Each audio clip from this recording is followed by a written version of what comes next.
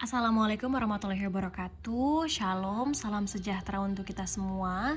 Di kesempatan kali ini, saya Rahayul Lestari Lantang dan Erlis Madiles, teman saya, akan menjelaskan tentang tujuan pembangunan berkelanjutan target 4.2, akses yang setara terhadap pendidikan prasekolah dasar yang berkualitas. Baiklah, saya akan memaparkan materi tentang pendidikan prasekolah dasar yang setara sebagai tujuan pembangunan target 4.2, yaitu akses yang setara terhadap pendidikan dasar yang berkualitas. Pendidikan prasekolah dasar merupakan jenjang pendidikan yang sangat penting bagi anak-anak. Pada usia dini, anak mulai mengembangkan kemampuan kognitif, sosial, dan emosionalnya. Pendidikan prasekolah membantu memantau tumbuh kembang mereka dan memberikan dasar yang kuat untuk pendidikan selanjutnya. Berdasarkan data dari BPS tahun 2023, angka partisipasi kotor atau APK anak dalam pendidikan anak usia dini di Indonesia masih sekitar 36,36%. Jika kita lihat berdasarkan jenis kelamin, partisipasi anak laki-laki sebesar 36,44%, sedangkan anak perempuan sebesar 36,22%. Ini menunjukkan bahwa partisipasi pendidikan prasekolah masih cukup rendah dan perlu ditingkatkan. Mengapa itu penting? Karena pendidikan prasekolah berkualitas dapat membantu mengatasi kemiskinan dan menciptakan masyarakat yang lebih adil. Target pembangunan berkelanjutan di tahun 2030, anak memiliki akses yang setara dan berkualitas, baik ini laki-laki maupun perempuan. Pendidikan yang merata dan berkualitas menjadi kunci utama dalam mengatasi kemiskinan serta menciptakan masyarakat yang lebih adil dan setara di masa depan. Karakter pendidikan abad 21. Di era saat ini, pendidikan tidak hanya fokus pada akademik, tetapi juga pada keterampilan abad 21 yang penting untuk masa depan anak-anak.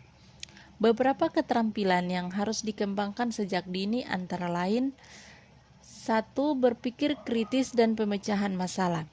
Anak-anak diajarkan untuk berpikir secara logis dan mencari solusi. Yang kedua, kreativitas dan inovasi. Anak didorong untuk berimajinasi dan menciptakan hal baru. Ketiga, komunikasi dan kolaborasi. Anak belajar berinteraksi dan bekerja sama dengan teman-temannya. Keempat, pemanfaatan teknologi. Sejak dini, anak diperkenalkan dengan teknologi secara bijak. Yang kelima, literasi dan numerasi sejak dini. Anak mulai belajar membaca, menulis, dan berhitung sebagai dasar pendidikan. Selanjutnya, bagaimana Indonesia meningkatkan angka partisipasi siswa prasekolah dasar? Yang pertama adalah pendidikan gratis dan bantuan operasional. Yang kedua, pembangunan dan pemerataan fasilitas sekolah. Dan yang ketiga, sosialisasi pentingnya prasekolah kepada masyarakat.